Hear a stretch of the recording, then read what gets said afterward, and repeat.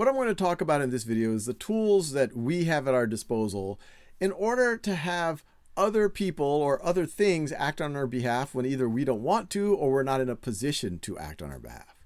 So the first is regarding legal things. So you might say, why would I want someone else to act on my behalf? Well, it could be very complicated. Maybe I'm a child and I'm not in a position to understand all of the intricacies. Maybe, for example, someone's grandparents have left property for 10 grandchildren, and the only way you can divide it 10 ways is to sell the property. Well, who's going to be talking to the realtors and deciding on a price? And it's very hard to coordinate 10 people. So that's a situation where those 10 people might want to delegate to one of them or to another party that they trust. And so this type of delegation of legal authority generally is called a power of attorney. Now, you have to be very careful with power of attorney. As you can imagine, that the person who you're giving the power of attorney to has a lot of power. And so it needs to be someone that you generally trust to do what you think is the right thing.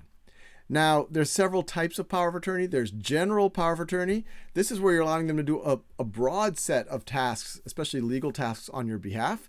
So this might be necessary for certain things, but you have to be very careful. Once again, someone you really trust. The next is limited power of attorney. This is giving power of attorney for a narrower set. Hey, maybe to negotiate this inheritance and to sell the property, but not for anything. They can't, do other things with that power of attorney. Now, generally speaking, limited and general power of attorney, this is when you could have done it yourself, but you're just delegating it for simplicity or because that other person has more expertise or more time to do it. Now, there are situations where you aren't capable, and this is a durable power of attorney, where even if you get sick and you can't communicate, this person who you're giving the durable power of attorney to can still act on your behalf. Now, it's kind of morbid talk. None of us likes to think about how sick we might get or our friends and family might get, or we're all going to die one day. And where there's also tools there to give your instructions. A lot of you have heard of a will. A will is after you pass away. What are your instructions? A lot of folks associated your instructions regarding your property, who you want to give it to, but it could be other things like what kind of a funeral you want, etc. But you also probably want to give instructions, and none of us like to think about this. I don't like to think about it at all. What if you get incapacitated in some way that you can't speak? You're in a coma. How does the hospital know what to do? For example, do you want to be given feeding tubes? Do you want to be on life support, or do you want to just be let go? And so this is something where a living will plays into effect. While it's still, you're not dead yet, so the will is into effect, you're living, but you can't communicate yourself. So this is a document that you have helped write ahead of time to say, what would you want while you're still alive?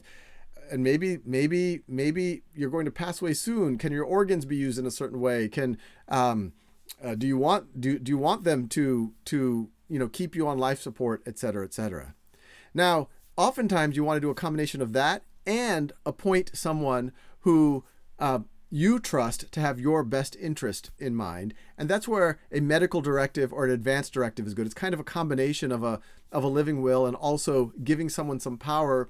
There might be some edge cases that you didn't think of in a living will. And you're like, okay, I trust this person. This person knows what I want. And if I'm not in a position, and it's so morbid, they can speak on my behalf. So how do you do all of this? Well, there are actually some websites that will help you do this quite easily and relatively inexpensive. There's some state-specific forms you can use.